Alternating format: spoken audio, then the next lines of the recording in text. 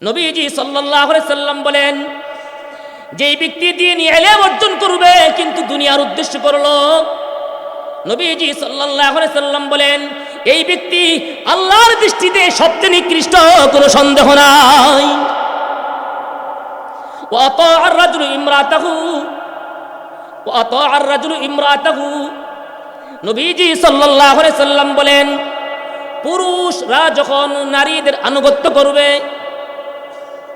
ওয়া আতাআর রাজুলু ইমরাতাহু, পুরুষ হইয়া যখন নারীর আনুগত্য করবে, নারীদের কর্তৃত্ব চলবে, নারীদের নেতৃত্ব চলবে, নারী হইবে রাজা, পুরুষ হইবে প্রজা। নবীজি সাল্লাল্লাহু আলাইহি সাল্লাম বলেন যেই সমাজের ভিতরে, যেই রাষ্ট্রের ভিতরে নারী হই নেত্রী, নারী হই রাজা আর পুরুষরা হই প্রজা, আল্লাহ পাক রব্বুল আলামিন বলেন ওই রাষ্ট্রটার ভিতরে রহমত থাকে না, বরকত থাকে না। ওই দেশের ভিতরে আল্লাহ পাক রব্বুল আলামিন ভূমিকম্প শুরু করে দেয়, দুনিয়ার কোনো বিজ্ঞান দিয়ে রোধ করতে পারবে না। আমার অর্ডার হলো তুমি তোমার নিজ হাত দিয়া এগুলো ভেঙ্গে চুরমার করে দাও। আল্লাহ পাকের অর্ডার মানতেই তো হয়। হযরতে মূসা আলাইহিস সালাম ভেঙ্গে ফেলছেন, কিন্তু দিলের ভিতরে কষ্ট লাগছে। আল্লাহ তাআলা মূসা আলাইহিস সালামকে জিজ্ঞেস করেন, মূসা ভাঙছো ঠিক আছে, কিন্তু তোমার দিলের ভিতরে কষ্ট লাগছে, কারণ কি? কি কারণে কষ্ট লাগছে? কারণটাকে আল্লাহ জানে না? জানে। তারপরে আল্লাহ পাক রব্বুল আলামিন মূসা আলাইহিস সালামের জবান থেকে শুনতে চায়। মূসা আলাইহিস সালাম বলেন, আল্লাহ আপনি অর্ডার করছেন, আমি বানাইলাম, আমি কষ্ট করলাম, শ্রম দিলাম, পরিশ্রম করলাম, আবার এগুলো সুন্দর করে শুকানোর পর এগুলো ভেঙ্গে ফেলতে বললেন, ভেঙ্গে চুরমার করে দিলাম, নিজ হাত দিয়ে বানায়া নিজ হাত দিয়ে ধ্বংস করে দিলাম, এজন্য কষ্ট লাগতেছে। আল্লাহ পাক রব্বুল আলামিন বলেন, মূসা তুমি সাধারণ একটু কাদা মাটি দিয়া কয়েকটা পেয়ালা বানাইছো, এগুলি নড়াচড়াও করতে পারে না, কথাবার্তাও বলতে পারে না, তুমি ভেঙ্গে দিয়েছো, সেজন্য তোমার কষ্ট লাগে।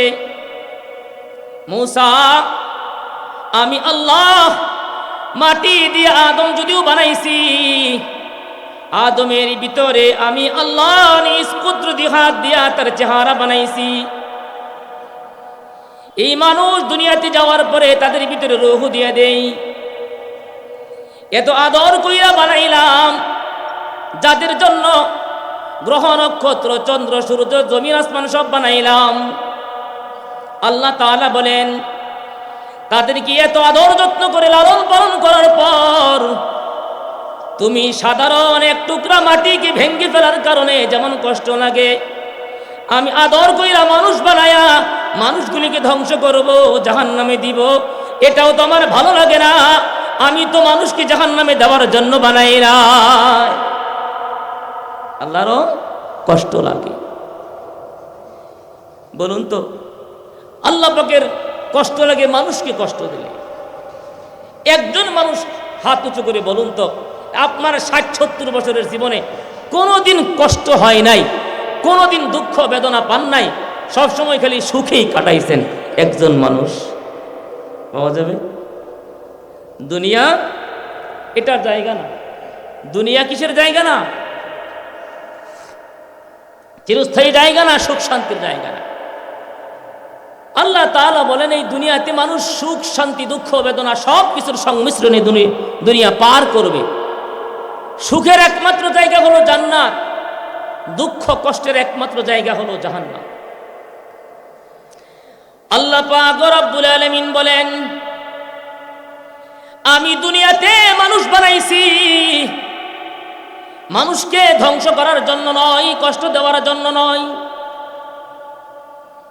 কিন্তু আল্লাহ পাক রব্বুল আলামিনের একটা বিধান হলো মানুষ যদি অন্যায় অপকর্ম করে মাফ না নিয়ে যদি মারা যায়, পরকালে শাস্তি ভোগ করতে হবে, কোনো সন্দেহ নাই। কিন্তু এমন কিছু কিছু অপরাধ আছে,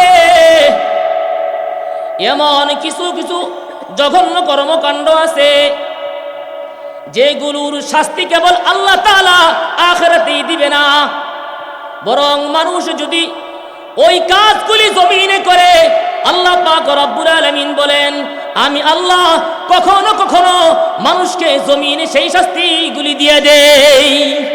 কখনো এমন কিছু অপরাধ আছে যে অপরাধের শাস্তি আল্লাহ তাআলা দুনিয়াতেও মানুষকে ভোগ করা। عن ابي هريره رضي الله تعالى عنه قال قال رسول الله صلى الله تعالى عليه وسلم اذا فعلت امتي 15 خصله حل بها البلاء।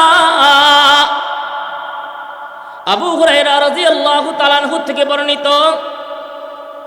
আলী ইবনে আবি তালিব রাদিয়াল্লাহু তাআলা আনহু থেকে বর্ণিত, নবীজি সাল্লাল্লাহু আলাইহি ওয়াসাল্লাম বলেন আমার উম্মত যদি 15টি কাজ করে দুনিয়াতে, এমন জঘন্য জঘন্য 15টি কাজ আছে, ওই 15টি কাজ যদি আমার উম্মত জমিনে করে, নবীজি সাল্লাল্লাহু আলাইহি সাল্লাম বলেন আমার উম্মতের প্রতি তখন আল্লাহ পাক রব্বুল আলামিন একের পর এক গজব নাজিল করে, আযাব নাজিল করে। দুনিয়ার কোন প্রযুক্তি দিয়া আযাব গজব মোকাবেলা করতে সক্ষম হবে না। কয়টি কাজ? কয়টি? 15টি। নবীজি বলেন ফারতাকিবু ইনদা যালিকা রিহান হামরা। 15টি কাজ করলে আল্লাহ রাব্বুল আলামিন জমিনে গজব নাজিল করেন। তন্মধ্যে 1 নম্বর গজব হলো রিহান হামরা, বায়ু দূষণ হয়ে যায়, বাতাস শুধু গরম আর গরম। আজ থেকে বেশ কয়েক বছর আগে আমরাই যখন ছোট ছিলাম তখনকার আবহাওয়া বাতাস আর এখনকার আবহাওয়া বাতাস একরকম না ভিন্ন রকম। আগের আবহাওয়া, আগের বাতাস, আগের কালচার আর এখনকার রীতিনীতি কালচার আগের মতন ভালো না নষ্ট? বলেন নষ্ট না? এখন দেখবেন গাছে বেশি ফলও হয় না। কারণ কি? বায়ু দূষণ হয়ে গেছে। গোটা দুনিয়া বায়ু দূষণ কিভাবে রোধ করা যায় কত উন্নত প্রযুক্তি তারা ব্যবহার করতেছে, কিন্তু তারপরেও বায়ু দূষণ তারা রোধ করতে পারতেছে না। একটু স্বস্তির নিঃশ্বাস নেবে মানুষ, সেই স্বস্তির নিঃশ্বাস নেবার মতন স্বাস্থ্যসম্মত বাতাস মানুষ খুঁজে পাচ্ছে না, ঠিক না? নবীজি বলেন ফারতাকিবু ইনদা যালিকা রিহান হামরা। নবীজি বলেন এমন 15টি কাজ আছে, ওই কাজগুলি করার পরে 1 নম্বর গজব হলো বাতাস নষ্ট হয়ে যাবে, গরম বাতাস চালু হবে, বায়ু দূষণ হবে। 2 নম্বরে হলো ওয়াজালজালাতান, ভূমিকম্প হবে। ভূমিকম্প হয়, 2-1 বছরের ভিতরে ভূমিকম্প হয়েছে। কয় বছর আগে? এই যে মাশাআল্লাহ গত শুক্রবারে হয়েছে, এরপরেও হয়েছে। হ্যাঁ, ভূমিকম্প হয়। প্রযুক্তি বিজ্ঞান ভূমিকম্প কখন হয় সেই সময়টা তারা নির্ণয় করতে পারে, কিন্তু কি কারণে ভূমিকম্প হয় এটা কিয়ামত পর্যন্ত বিজ্ঞান নির্ণয় করতে পারবে না। 1500 বছর আগে রাসূলুল্লাহ সাল্লাল্লাহু আলাইহি সাল্লাম তার কারণ বর্ণনা করেছেন। ভূমিকম্প কেন হয়? গুনার কারণে। বুঝেননি? 15টা কাজটি পরে বলবো, আগে গজবটা শুনেন কি কি গজব আসে। ফারতাকিবু ইনদা যালিকা রিহান হামরা ওয়া জালজালাতান, বায়ু দূষণ হয়ে যায়, ভূমিকম্প সৃষ্টি হয়। অখাসফান, ভূমিধস হয়। মাঝে মাঝে শোনা যায় অমুক জায়গায় ভূমিধস হয়ে গেছে, ঘর বাড়ি সব মাটির নিচে চলে গেছে, অনেক মানুষ মারা গেছে। ওমাসখান, মানুষের চেহারা বিকৃত হয়ে যায়। ওয়াকাযফান, আকাশ থেকে পাথরের বৃষ্টি হয়, মাঝে মাঝে এমন শিলাবৃষ্টি হয় যেই পরিমাণ পানির বৃষ্টি না হয় তার চেয়ে বেশি শিলাবৃষ্টি হয়। হয় কি হয় না? হয় কি হয় না? আপনাদেরকে আমি বাস্তব আমার চোখ দিয়া দেখছি। আমি তো অল্প বয়সের মানুষ, আপনার আমার মুরব্বী। এই আমাদের হরিরামপুর নতুন বাজার, আজ থেকে কয়েক বছর আগে, বেশ 8-10 বছর আগের কথা ঘটনা। তখন কি জানি চৈত্র মাসে না পহেলা বৈশাখে, আগে তো পহেলা বৈশাখ গ্রামগঞ্জের মানুষ বুঝতো না। কয়েক বছর আগে পহেলা বৈশাখের নামে তারা একটা মেলা করব। মেলা মানে রাতের বেলায় তারা বিভিন্ন রকমের নর্তকী এনে গান বাদ্য করব। তো আমরা এলাকার মানুষ আমাদের মসজিদে সমবেত হয়ে আমাদের যারা এগুলি করতেছিল তাদেরকে বুঝাইছি, কইরো না এগুলি, আলেমুল আমার দেশ, হাফেজদের দেশ, এগুলি কইরো না, গুনাহ। কিন্তু তারা বলছে যেহেতু সব পরিবেশ সব প্রস্তুতি করে ফেলছি, প্যান্ডেলও হয়ে গেছে, এইবারের মতন অনুমতিটা দিয়ে দাও, আর সামনে করবো না। যারা করতেছে তারা আমাদের আপনজন, কিন্তু সেই বুঝ নাই। আমরা বুঝাইলাম, কাজ হলো না। আমরা জোহরের নামাজের পর মেদারপাড়া আমাদের জামে মসজিদে বৈশা এলাকার লোকজন যে কয়জন ছিল সেই কয়জন নিয়ে খতমি ইউনুস শুরু করলাম। আসরের নামাজের পরে দোয়া করলাম। দোয়া করার পরে আরেকজন সাথে নিয়ে আমি বাজারে আসলাম, যে বাজারে একটু যাই, তামসাটা দেখে আসি কোন পর্যায়ে আছে।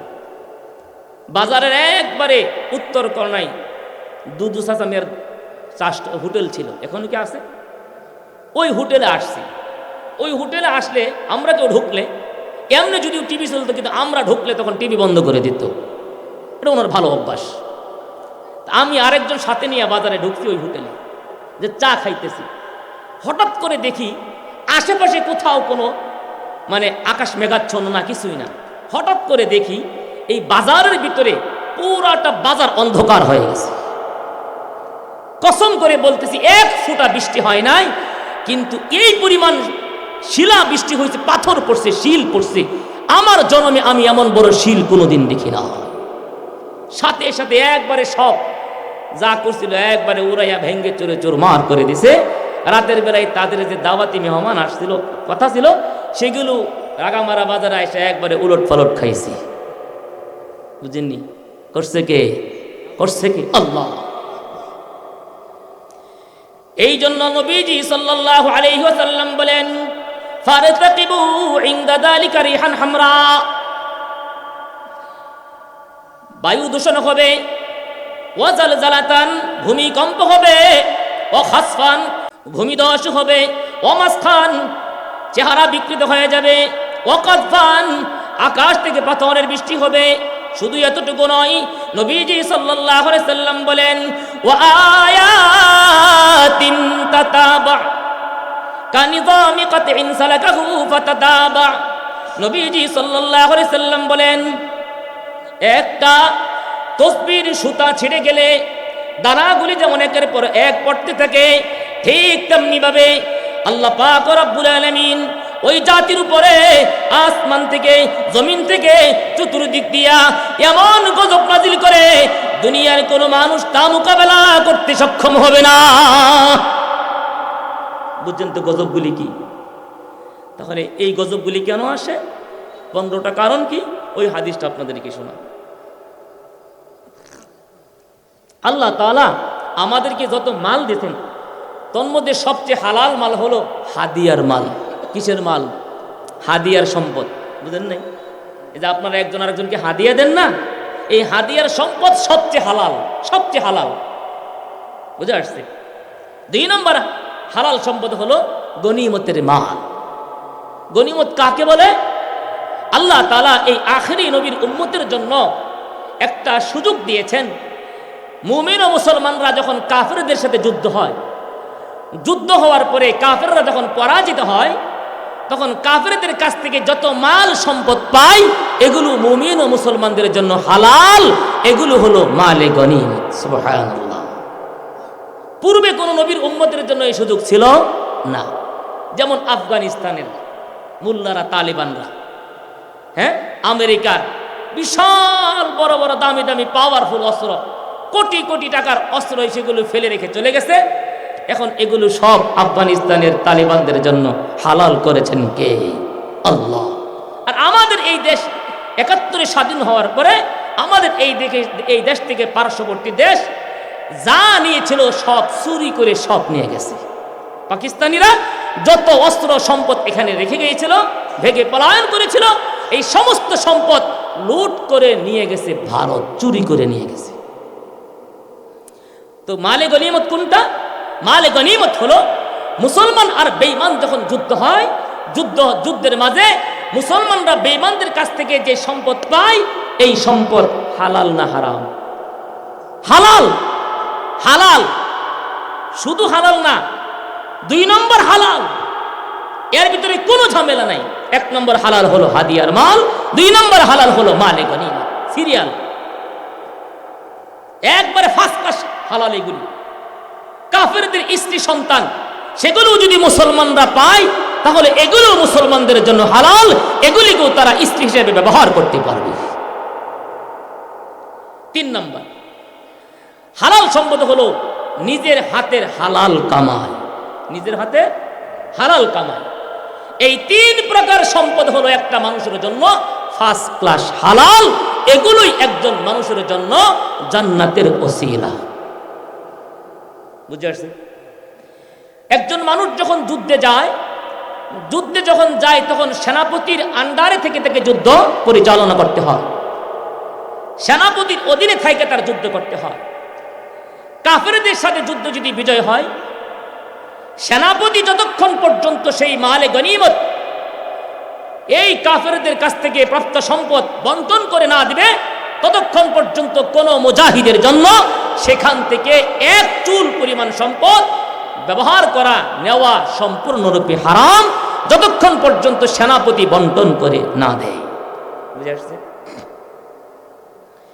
নবীজি সাল্লাল্লাহু আলাইহি ওয়াসাল্লাম বলেন, عن أبي هريرة رضي الله تعالى عنه قال قال رسول الله صلى الله عليه وسلم إذا اتخذ الفيء دولا দুনিয়ার মানুষ মালে গনিমতকে যখন নিজের সম্পদ মনে করবে, মালে গনিমতকে বন্টন করার আগ পর্যন্ত যখন নিজের সম্পদের মতন হালাল মনে করবে, অথচ এটা অপরাধ। নবীজি বলেন, গনিমতের মালকে যদি কোনো ব্যক্তি নিজের সম্পদের মতন মনে করে, তাহলে ওই জাতির উপরে, ওই ব্যক্তির উপরে গজব নাজিল হবে। ওয়াল আমানাতু মাগনামা, যদি কোনো ব্যক্তি আমানতকে মালে গনিমত মনে করে, যদি কোনো ব্যক্তি আমানতের খেয়ানত করে, আল্লাহ রাব্বুল আলামিন সেই ব্যক্তির উপর গজব নাজিল করে, সেই ফ্যামিলির উপর গজব নাজিল করে, ওই সমাজের উপর গজব নাজিল করে। আমানতের খেয়ানত করা হারাম। আচ্ছা, আমানত বুঝেন তো? আমানত, আপনি যদি কারো কাছে 500 টাকার একটা নোট আমানত রাখেন, তোমার কাছে আমানত রাখলাম, তার মানে আপনি এই টাকা ব্যবহার করবেন তো দূরের কথা, খরচ করবেন তো দূরের কথা, এই টাকাটা পরিবর্তন করাও আপনার জন্য জায়েজ হবে না। আমি যেই টাকাটা আপনাকে দিয়েছি, যে নোটটা দিয়েছি, আমানত হিসেবে আপনার কাছে রাখছি, হুবহু সেই টাকাটাই আমাকে চাহিবা মাত্রই ফেরত দিতে হবে। এটা হলো আমানতের যথাযথ আদায়। বলুন তো, আমাদের কাছে আমানতের কি খেয়ানত হয় কি হয় না?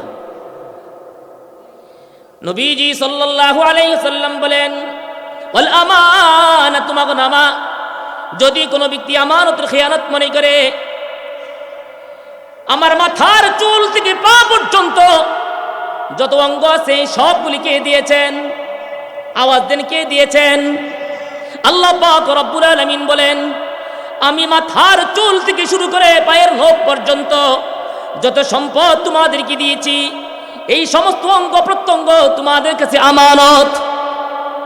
আল্লাহ পাক রব্বুল আলামিন বলেন, আমি প্রত্যেকটা অঙ্গের জন্য আলাদা আলাদা আইন করে দিয়েছি। যাকে যে জায়গায় ব্যবহার করতে হবে ভিন্ন খাতে ব্যবহার করা যাবে না। যদি কোনো ব্যক্তি খেয়ানত করে আল্লাহ পাক রব্বুল আলামিন বলেন শুধু আখিরাতে গজব দিব, শাস্তি দিব তা নয়, বরং জমিনে এমন কখনো কখনো আছে আমি আল্লাহ তাদের আমানতের খেয়ানতের কারণে গজব নাজিল করে দিব। আপনার কাছে আপনার সন্তান আমানত। সন্তানের মালিক কে? বলেন, সন্তানের মালিক কে? সন্তান দেয় কে? নাকি শালু বাবা দেয়? সন্তান দেয় কে? আল্লাহ। সন্তান দিয়েছেন আল্লাহ, এটা আমার কাছে আমানত। মাল দিয়েছেন কে? কে দিয়েছেন মাল? মালও আমানত। আল্লাহ পাক রব্বুল আলামিন বলেন ইয়াউমা লা ইয়ানফাউ মালু ওয়ালা বানুন ইল্লা মান আতাল্লাহা বিকলবিন সালিম। দুনিয়াতে মানুষ বিপদে পড়ে গেলে বিপদ থেকে উদ্ধারের জন্য মাল খরচ করে, জনশক্তি ব্যবহার করে। বাবা যদি বিপদে পড়ে যায় প্রথমে সন্তানেরা পাগল হয়ে যায়, আত্মীয় স্বজন প্রতিবেশী পাগল হয়ে যায়। এক কথায় দুনিয়াতে কোনো ব্যক্তি যদি বিপদে পড়ে যায় বিপদ থেকে উদ্ধারের জন্য মাল খরচ করে, জনশক্তি খরচ করে, পাওয়ার ব্যবহার করে। আল্লাহ পাক রব্বুল আলামিন বলেন কিয়ামতের দিন আমি আল্লাহর দরবার থেকে মুক্তির জন্য জনশক্তি কাজে আসবে না, পাওয়ার কাজে আসবে না, তোমার এই মাল দৌলত 5 পয়সার কাজ হবে না। আমার কথা কার কথা? আল্লাহ। ইল্লা মান আতাল্লাহা বিকলবিন সালিম। তবে দুনিয়াতে যারা অন্তর পরিষ্কার করে রাখছে, স্বচ্ছ হৃদয়ের অধিকারী, যেই কলবের ভিতরে শিরিক ছিল না, কুফর ছিল না, মুনাফিকি ছিল না, ওয়াদা খেলাফি ছিল না, কোন গুনার দাগ কলবের ভিতরে জমা ছিল না, আল্লাহ পাক রব্বুল আলামিন বলেন এমন মানুষগুলি কাল কিয়ামতের ময়দানে আল্লাহর দরবারে জান্নাতি হবে, কোনো সন্দেহ নাই। নবীজি সাল্লাল্লাহু আলাইহি সাল্লাম বলেন যদি কোনো ব্যক্তি আমানতের খেয়ানত করে সেই ব্যক্তির উপরে গজব নাজিল হয়। ওয়াজ যাকাতু মাগরামা। যদি কোনো ব্যক্তি যাকাতকে জরিমানা মনে করে, যখন জাতি, সম্প্রদায়, কোন সমাজ, কোন রাষ্ট্র, কোন ব্যক্তি যাকাতকে জরিমানা মনে করে, আল্লাহ পাক রব্বুল আলামিন বলেন আমি আল্লাহ তাদের উপরে গজব নাজিল করি, বায়ু দূষণ করে দেই, ভূমিকম্প সৃষ্টি করে দেই। দুনিয়ার কোন প্রযুক্তি দিয়া আমার ভূমিকম্প রোধ করতে পারবে না। ট্যাক্স ফাঁকি দেওয়ার জন্য আমাদের এদেশে বহু কোটিপতি আছে, বিভিন্ন ভাবে তারা সলসা তৈরি করে কি করে না? হ্যাঁ, ট্যাক্স ফাঁকি দেয়, ট্যাক্স। আমি কয়েকদিন আগে হবিগঞ্জ মৌলভীবাজার এক মাহফিলে গেছি, তো দেখলাম হবিগঞ্জে বিশাল এক মাদ্রাসা, 5 তলা বিল্ডিং, সামনে 2 তলা বিশাল বড় মসজিদ। গিয়া দেখি আল্লাহর রহমতে ছাত্র একজনও নাই, শুধু একজন ইমাম সাহেব। ঢাকা সিলেট হায়া রোডে সেখানে বিশাল বড় একটা হোটেল আছে, হোটেলের নাম বললো অনেকে চিনবেন, এত আমি সব বলতেছি না। আমি জিজ্ঞেস করলাম ইমাম সাহেবকে, বললাম হুজুর একটু কফির দাওয়াত। ঠিক আছে, নামাজের পরে কফি খাইলাম। জিজ্ঞেস করলাম যে ঘটনা কি, এত বিশাল মসজিদ মাদ্রাসা কমপ্লেক্স, ছাত্র নাই? হুজুর আসলে এখানে কোনো ছাত্র নাই, কারণ কয়টা মসজিদ মাদ্রাসা করছে মূলত মাদ্রাসা দ্বীনের শিক্ষার জন্য নয়, বরং যেই লোকটা করছে তার মূলত বাড়ি হলো চট্টগ্রাম, থাকে কুমিল্লা, ঢাকা সিলেট রুটটা হওয়ার সময় এই রুটের কন্ট্রাক্টর ছিল, ইঞ্জিনিয়ার ছিল সেই লোকটা, কত হাজার কোটি টাকার মালিক, ওরে ছাড়া কেউ জানে না। তো এই যে মসজিদ মাদ্রাসা করছে, এই লেভেল দিয়া সে কর ফাঁকি দেয়। বলেন না নাউযুবিল্লাহ। কারণ একটা আইন আছে, সংবিধান একটা কলম আছে, আমাদের এই দেশে যত বড় বড় শিল্পপতি কোটিপতিরা আছে তারা শিক্ষা খাতে কিছু কর দিতে হয়।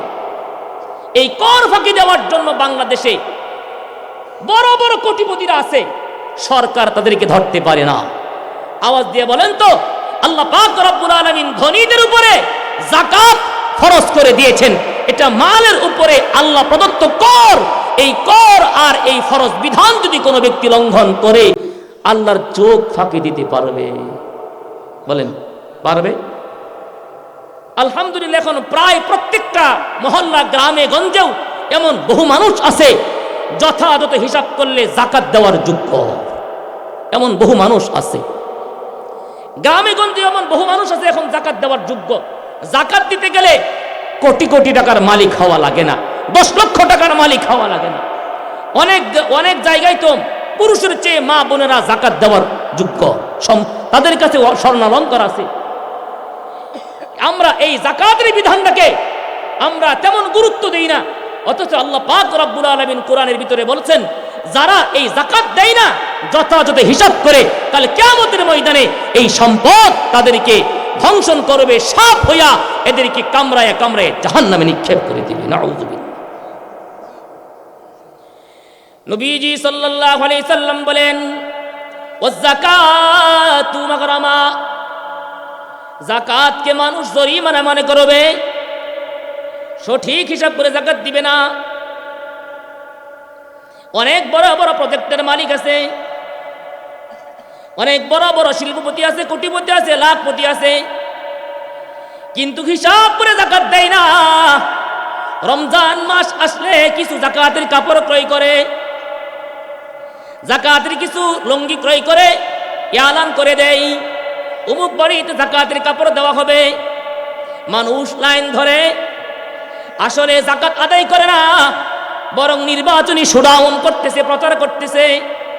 আল্লাহ পাক রব্বুল আলামিন বলেন, যারা হিসাব করে যথা নিয়মে যাকাত আদায় করে না, আল্লাহ পাক রব্বুল আলামিন বলেন, আমি আল্লাহ ওদেরকে দুনিয়াতেও গজব দিব, কাল কিয়ামতের ময়দানে জান্নাতে যাইতে পারবে না। ওয়াজ যাকাতু মাগরামা ওয়া তুআল্লিমা লিগাইরিদ্দিন ওয়া তুআল্লিমা লিগাইরিদ্দিন। মানুষ দুনিয়াতে দ্বীনি ইলম অর্জন করবে, কিন্তু আখিরাতের জন্য নয়, আল্লাহকে খুশি করার জন্য নয়, তার নিয়তের ভিতরে গোলমাল থাকবে। নবীজি সাল্লাল্লাহু আলাইহি সাল্লাম বলেন, যেই ব্যক্তি দ্বীনি ইলম অর্জন করবে কিন্তু দুনিয়ার উদ্দেশ্য করলো, নবীজি সাল্লাল্লাহু আলাইহি সাল্লাম বলেন, এই ব্যক্তি আল্লাহর দৃষ্টিতে সবচেয়ে নিকৃষ্ট, কোনো সন্দেহ নাই। ওয়া আতাআর রাজুলু ইমরাতাহু ওয়া আতাআর রাজুলু ইমরাতাহু। নবীজি সাল্লাল্লাহু আলাইহি সাল্লাম বলেন, পুরুষরা যখন নারীদের আনুগত্য করবে,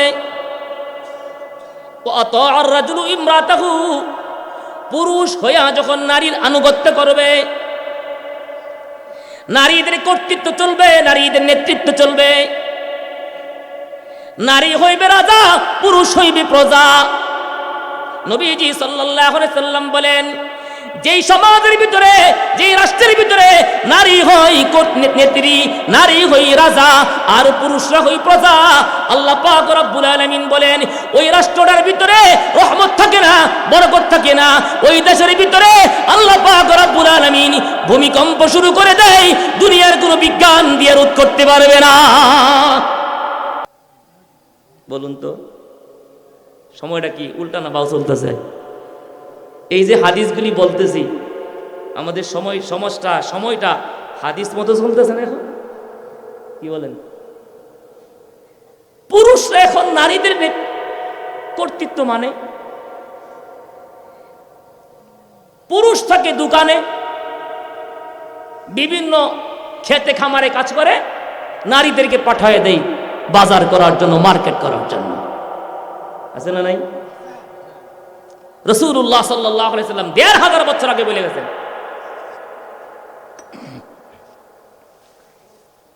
ওয়া আতাআর রাজুলু ইমরাতাহু, পুরুষ হইয়া যখন নারীদের আনুগত্য করবে, আল্লাহ পাক রব্বুল আলামিন বলেন, ওই সমাজের ভিতরে আলেম থাকতে পারে, বুজুর্গ থাকতে পারে, পীর ও মুর্শিদ থাকতে পারে, কিন্তু পুরুষ হইয়া নারীদের কর্তৃত্ব মানে নবীজি সাল্লাল্লাহু আলাইহি সাল্লাম বলেন আল্লাহ পাক রব্বুল আলামিন ওই সমাজের ভিতরে বায়ু দূষণ গজব দিয়া দেয়, ওই সমাজের ভিতরে ভূমিকম্প সৃষ্টি করে, ওই সমাজের ভিতরে রহমত বরকত থাকে না। সুতরাং নারীদের নেতৃত্ব মানা যাবে? বলেন, নারীদের নেতৃত্ব মানা যাবে? এগুলি কি রাজনৈতিক কথা না কোরআন হাদিসের কথা? বলেন। নারীদেরকে আল্লাহ পাক বানাইছে পুরুষের অধীনে থাকার জন্য। পুরুষ কাকে বলে?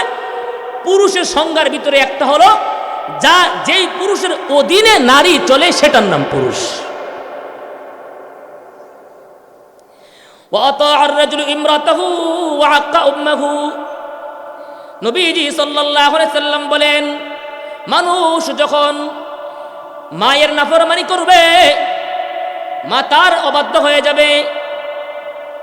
যদি কোনো সন্তান মা বাবার অবাধ্য হয়ে যায়, ওয়াদনা সাদিকাহু নিজের বন্ধু বান্ধবকে সে কাছে টেনে নেই, ওয়া আকসা আবাহু বাবাকে দূরে সরায় দেয়। লক্ষ্য করে দেখবেন, একটু চিন্তা করেন, সমাজে যারা নিজেদের জীবন যৌবন সব শেষ করে দিয়েছে সন্তানের জন্য, বাবা খেটে খাওয়া শ্রমিক, কৃষক, একজন মানুষ, সাধারণ মানুষ, সন্তান বড় অফিসার হয়ে গেছে, এখন সন্তান আর বাবার পরিচয় তার সমাজে দেয় না। সন্তান বন্ধু বান্ধব নিয়ে উন্নত এলাকার থাকে, বাবার পরিচয় দেয় না। বাবা যখন বৃদ্ধ হয়ে যায়, বাবাকে বৃদ্ধাশ্রমে নিয়ে যায়, কিন্তু বাবাকে তার পরিচয় দিলে লজ্জা লাগে। নবীজি সাল্লাল্লাহু আলাইহি সাল্লাম বলেন ওয়াক্কা উম্মাহু ওয়া আদনা সাদিকাহু ওয়া আকসা আবা। যদি কোন সমাজের ভিতরে মাতা পিতার অবাধ্য হয়ে যায়, মাতা পিতার নাফরমানি হয়, বন্ধু বান্ধবকে কাছে টেনে নেই, শ্বশুর বাড়ির মানুষ খুব মজা লাগে, শালা সম্বন্ধী খুব মজা লাগে, কিন্তু ভাই বেড়াদের ভালো লাগে না, শ্বশুর শাশুড়ি খুব আপন লাগে, কিন্তু নিজের জন্মদাত্রী মা ভালো লাগে না। শাশুড়ির জন্য শীতের কাপড় কিনে মায়ের জন্য খবর রাখে না, শ্বশুরের জন্য মিষ্টি কিনে নাই, বাবার জন্য পান সুপারিও নেই না। এমন কুলাঙ্গার সন্তান আছে না নাই? নবীজি সাল্লাল্লাহু আলাইহি সাল্লাম বলেন যেই সমাজের ভিতরে এই অন্যায়গুলি চলে, ওই সমাজের ভিতরে আল্লাহ পাক রব্বুল আলামিন রহমতের চাদর উঠায় নিয়ে যায়। খুব জঘন্যতম অপরাধ এগুলো। ওয়াক্কা উম্মাহু ওয়া আদনা সাদিকাহু ওয়া আকসা আবাহ ওয়া যাহারাতিল আসওয়াতু ফিল মাসাজিদ। ভালো করে শুনেন, সমাজের বাস্তব চিত্র।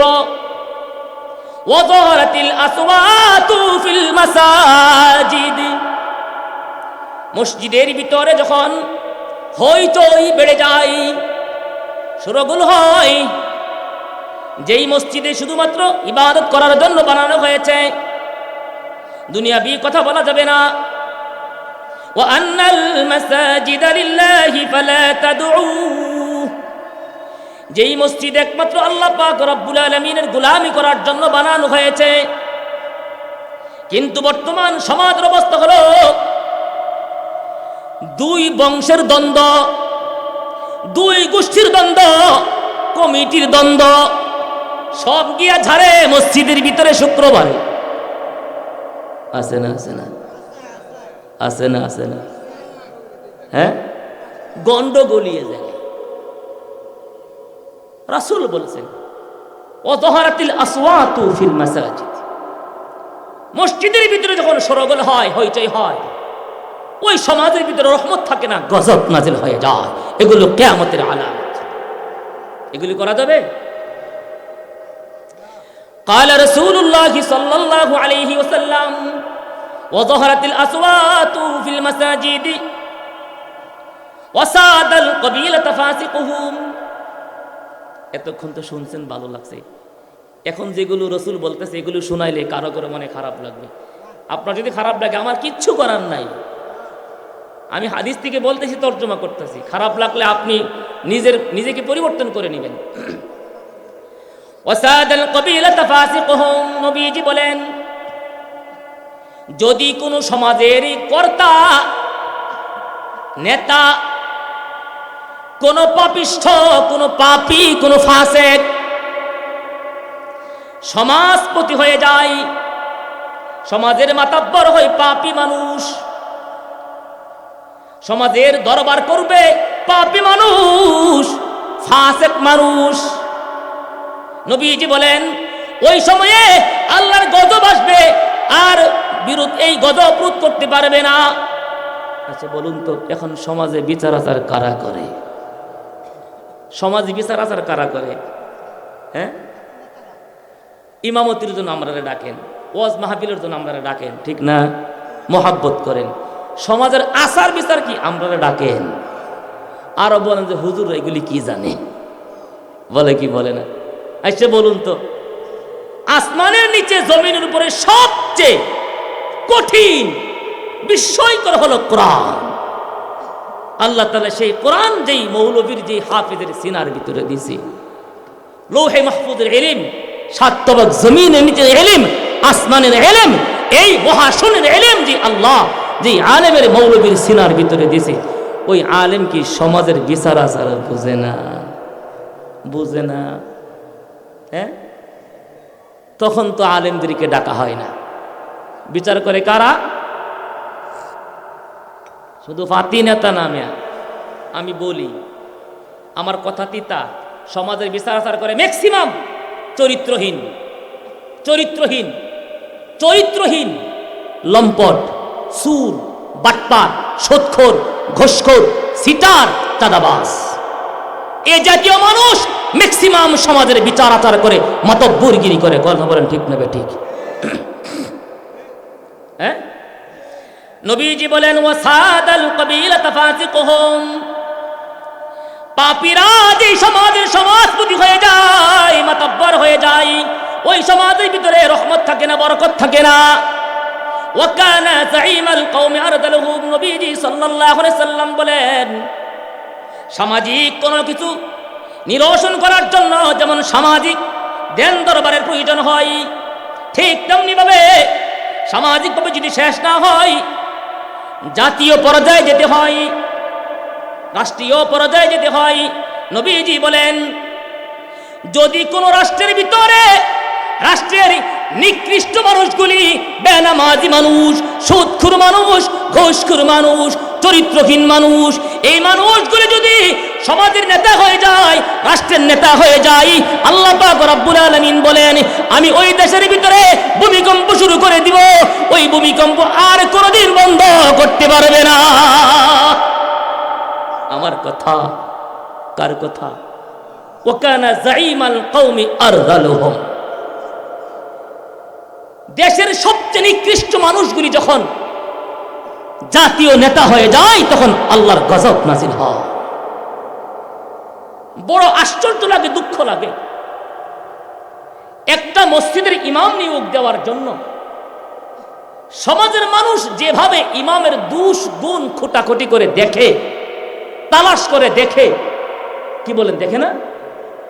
হুজুরের বাড়ি কোথায়, হুজুরের আরো আসিএস কি, হুজুরের বাপ কি করে, ভাই কি করে, কোন মাদ্রাসায় লেখাপড়া করছে, আগে কোন জায়গায় চাকরি করছে, হুজুরের শ্বশুর বাড়ি কেমন, হুজুরের বউ পর্দা করে কি করে না, হুজুরের চা খায় কি খায় না, পান খায় কিনা, হুজুরের দোকানে বসে কিনা, হুজুরের কোনো রাজনীতির সাথে সম্পৃক্ত কি না, ইত্যাদি ইত্যাদি। যেভাবে একজন ইমাম নিয়োগ দেওয়ার ক্ষেত্রে একজন আলেমকে যাচাই করা হয়, বুঝে থাকলে বলুন তো, সেই আলেমকে যদি এইভাবে যাচাই করেন, তাহলে যেই নেতাকে আমি আমার উপজেলার নেতা বানাইব, যাকে আমি আমার উপজেলার লক্ষ লক্ষ মানুষের দায়িত্ব তার কাঁধে দিব, এই উপজেলার কোটি কোটি সম্পদ তার কাছে আমানত থাকবে, হাজার হাজার কোটি টাকার সম্পদ তার কাছে আমানত থাকবে, তাহলে সেই মানুষটাকে নেতা বানানোর আগে কিভাবে যাচাই করা দরকার বলেন? হ্যাঁ, কি বলেন? নামাজ পড়ে নাই এক ওয়াক্ত, চুরি করে 10 ওয়াক্ত, সাদাবাজি করে ভণ্ডভক্ত, তারপরেও সময় হইলে বলে উমুকের চরিত্র অনেক ভালো, ফুলের মতন পবিত্র। মৌসুম ছাড়া মাথায় টুপি উঠে না, টুপি দিয়া মন্দিরেও যাও, মসজিদেও যায়। বলুন, আমরা মসজিদের ইমাম নিয়োগ দেওয়ার ক্ষেত্রে যেভাবে আমার মসজিদের ইমামকে যাচাই বাছাই করি, সমাজের ইমাম বানানোর জন্য আমাদের যাচাই বাছাই করা, পরীক্ষা করা আমাদের দায়িত্ব আছে না নয়? বলেন আছে না নয়? আমার মসজিদের ইমাম আমরাই নামাজ পড়ি, আমার সমাজের ইমাম আমাদেরকে নেতৃত্ব দেবে, আমাদেরকে পরিচালনা করবে। সমাজের নেতা মানে সমাজের গোলাম, সাইয়্যিদুল কওমি খাদিমুহুম। নির্বাচনের আগে বলবে যে হ্যাঁ আমি তোমাদের খাদেম, আমি তোমাদের গোলাম, আমি তোমাদের চাকর। নির্বাচনের আগে আপনার জুতা তার মাথায় তুলে নিবে, আপনার জুতা তার বালিশ বানাবে, কিন্তু নির্বাচনে পাশ করার পরে বলবে আমি নেতা, আমি থাকবো ঢাকা, আমি বিভিন্ন জায়গায় সফর করব। গরিব মানুষ তখন আর চেনে না। নেতার যদি বড় কোনো অনুষ্ঠান হয়, বিশাল বড় একটা অনুষ্ঠান করছে, কমিউনিটি সেন্টার নিছে, আপনার মতন আমার মতন সাধারণ মুসলমান দাওয়াত পায় না, বড় বড় টাকাওয়ালারা বান্ডিলওয়ালারা দাওয়াত পায়। ঠিক না বেঠিক? কেন? আমরা খারাপ, আমরা খারাপ, আমরা সমাজের নেতা বানানোর ক্ষেত্রে তাকে যাচাই বাছাই করি না। যেই লোকটার ভিতরে আল্লাহর ভয় নাই, আল্লাহর আইন যে সরাসরি লঙ্ঘন করে, আল্লাহর হক যে নষ্ট করে, ওই ব্যক্তি কি মানুষের হক আদায় করতে পারবে? বলেন পারবে? যেই ব্যক্তি সিংহরে ভয় পায় না, সিংহ, হের কাছে বিড়ালের কোনো ভয় আছে? যেই ব্যক্তি আল্লাহর বিধান 5 ওয়াক্ত নামাজ পড়ে না, চরিত্র হেফাজত করে না, সুদ ঘুষ থেকে বেঁচে থাকে না, চাঁদাবাজি টেন্ডারি ইত্যাদি খারাপ কাজ থেকে নিজেকে বাঁচায় রাখে না, সেই লোকটা যদি আমার আপনার নেতা হয়, আমাকে কিছু দিবে? দিবে? সচেতন হয়ে যান। এই জন্য নবীজি সাল্লাল্লাহু আলাইহি ওয়াসাল্লাম বলেন, ওয়াসাদাল কবিলাতা ফাসিকুহুম ওয়া কানা যাঈমাল কওমি আরদালহুম। নবীজি বলেন, যদি কোনো সমাজপতি বদকার হয়, পাপী কোনো সমাজপতি হয়ে যায়, কোন নিকৃষ্ট মানুষ যদি রাষ্ট্রের নেতা হয়ে যায়, ইমাম হয়ে যায়, নবীজি সাল্লাল্লাহু আলাইহি সাল্লাম বলেন, ফারতাকিবু ইনদা যালিকা রিহান হামরা, গরম বাতাস চালু হবে, ওয়াজাল জালাতান, ভূমিকম্প শুরু হবে, ওয়াখাসফান, ভূমি ধস হবে, ওয়ামাসখান, মানুষের চেহারা বিকৃত হয়ে যাবে, ওয়াকাসফান, আকাশ থেকে পাথরের বৃষ্টি বর্ষণ হবে। শুধু তা নয়, নবীজি সাল্লাল্লাহু আলাইহি সাল্লাম বলেন, এই বদকার নিকৃষ্ট নেতার কারণে আমি আল্লাহ একের পর এক গজব নাযিল করব, দুনিয়ার মানুষ কোনোদিন গজব থেকে বাঁচতে পারবে না। সুতরাং গজব থেকে বাঁচার জন্য আমাদের ভবিষ্যতে একজন চরিত্রবান, নেককার, আল্লাহওয়ালা, আলেম সমাজপতি চাই। কথা বলেন ঠিক না বেঠিক? নবীজি সাল্লাল্লাহু আলাইহি সাল্লাম বলেন, ওয়াসাদাল কবিলাতা ফাসিকুহুম ওয়া কানা যাঈমাল কওমি আরদালহুম।